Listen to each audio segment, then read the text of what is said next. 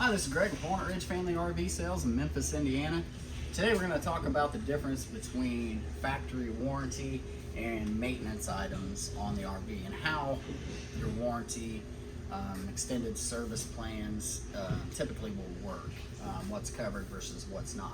Now I can't go into everything, but I want to go over some of the common misconceptions or issues that you may end up having with warranty. Now most RVs, everyone that we sell, that we get from, whether it's Keystone, Forest River, any of the brands that we sell, all of those have a 1-year factory warranty, essentially.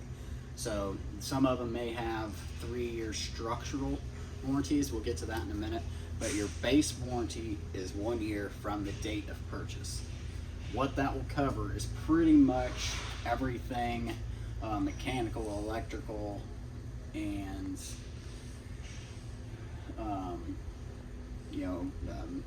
mechanisms and certain things like that, lighting, all that kind of stuff. It's essentially, I use the term bumper to bumper lightly because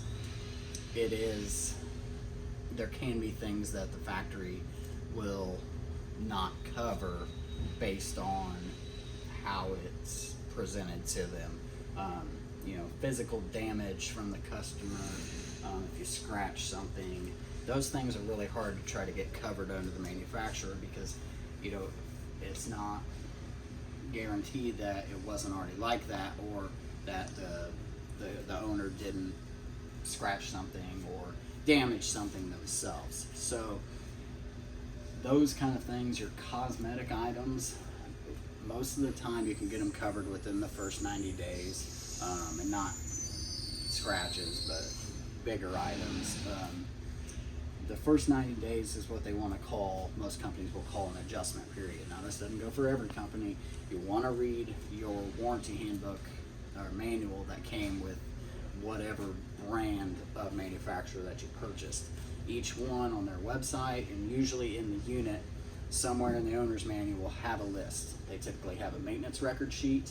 They have a warranty guide that essentially will tell you exclusions and things like that. So I definitely recommend reading it. On new units, we provide that in the folders that we give in the service department. We printed them off for the 4 major manufacturers that we carry, so it's just a few pages of them that we recommend you read, just so you understand fully what they cover and what they don't. These are rolling down the road with the trim and the woodwork, depending on how it's put together. Usually it's nailed, brad nailed together. Things are going to shake loose. So that 90-day period is called the adjustment period. So essentially after 90 days, things like loose trim, you might have a piece of batten strip that's popped out. A lot of times after 90 days, the manufacturers will consider that normal wear and tear, and that would be something that you would either, I'd recommend, fix yourself or have a service department fix it. Adjustments on slide outs. Let's say it's 6 months in and one of the cable slides isn't pulling and tightening all the way and it needs a slight adjustment. Usually after that 90-day period, that is not something that the manufacturers will cover. Pretty much everything else, if the furnace fails, the jacks fail, the slide mechanism fails and breaks or something of that nature, that would all be covered, of course. But it's just the little things that you have to make sure that you're keeping an eye on yourself. The biggest thing, and this is pretty much every manufacturer out there, after even 90 days, even a little bit before that, sealants are never covered by manufacturers, pretty much ever. Now there's been some rare cases where we've seen them cover things, but it's very few and far between. So the most important thing to do, and I've said it numerous times in different videos on maintenance, is that you want to go through and check all the sealant that is on the sides. This 4-line molding here. The roof is the most important area. Check for gaps and leaks anywhere that you see caulking. You'll want to check these areas here on the slides where the floor line is, especially right here where I've talked about many times before. This area that gets the pressure from when it goes in splits that. If water gets down in there, it tears up the floor, the roof. There's so many areas up there that could be gapped and will cause water damage, and the manufacturer will not cover that because that's a maintenance item. That's something, you know, if you didn't change the oil in your car and drove it 20,000 miles and it, you know, blew the engine or something like that, it's not on Ford to take care of that because you didn't do the maintenance. So it's a harsh analogy to use, but that's essentially the way I would like people to think of it.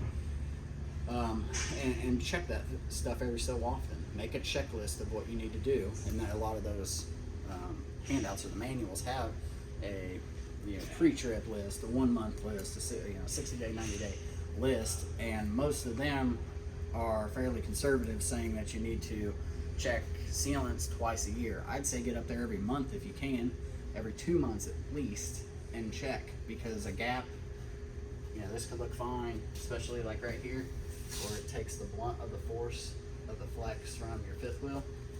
This area right here, it could be fine today, and a week later I drive and that one bump broke open a small seal. I didn't notice it. I waited a month, 2 months, water got in here, and then it starts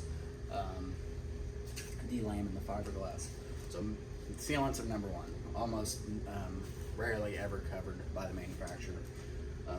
Keep an eye on your woodwork and trim, little pieces of batten strip. Let's go around this way and I'll show you exactly things that get wear and tear, like these.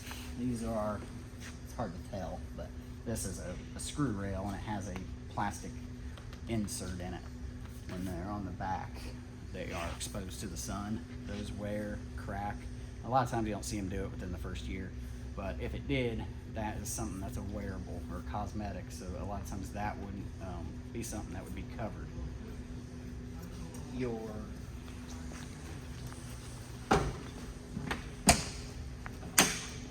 this trim, like this piece of trim right here, let's say this pops loose. This is just brad nailed in, as you can see. You can kind of see they hid the with putty fairly well, but you have flat pieces all throughout the unit, and say, this is loose, get you a brad nailer. Even if, that's what I recommend to people who don't have a brad nailer, they don't have a air compressor or an electric brad nailer, just get you a small set of 5/8 1/2-inch brad nails, and snap one off of the whatever they call it.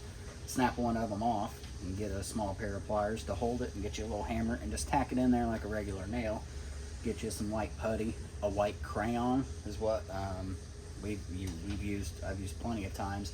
Crayons have so many different colors that we can blend areas together. You could heat it up and blend in that your brad nail spot, and then you're saving yourself not only the headache of going to the dealer for one piece of trim, but you're also saving money driving all the way up there, possibly waiting weeks on a warranty claim that's more than likely going to be denied when you could just fix it really quickly yourself. Now if you have excess and they're all hanging off everywhere, then bring it in. We can always try. We'll submit anything to warranty and see if it was an excess. Then there may be a problem. They didn't put enough in, or they used too short of nails, something like that. So go out here real quick on the outside. Maybe this screen door doesn't quite latch easily anymore. After 90 days, they consider that an adjustment. Now, I'm not speaking on any specific brands. I'm just using this camper as a reference because I had it close. But those are, some of the things that you'll want to watch out for. Now, if you have an extended service plan that's usually sold during the financing of the RV, those are great, and I wouldn't be caught without one, but they don't cover those type of items either. A little trim, cosmetics, wear and tear items, they are there to extend that one, not extend that 1 year warranty, but add warranty past the 1 year when the factory warranty will run out. For however long you bought it for, 5 years, 5-6 years. That'll protect your major appliances, the expensive stuff. Campers do not come cheap when you buy them, but the maintenance that goes along into them also can be costly, and it's even more costly if you don't do your maintenance. So that's just something I wanted to go over, explain as best we could, so everybody can kind of get an idea before you buy an RV, that it is best to read into the manufacturers before the owner's manual, before you purchase one. Find out everything you can about it so you know exactly what's with your warranty, what it'll cover, what it won't, and so you don't have to deal with the headaches of having a denied claim or something like that. So we'll go ahead and plan to see you next week for another service tip video.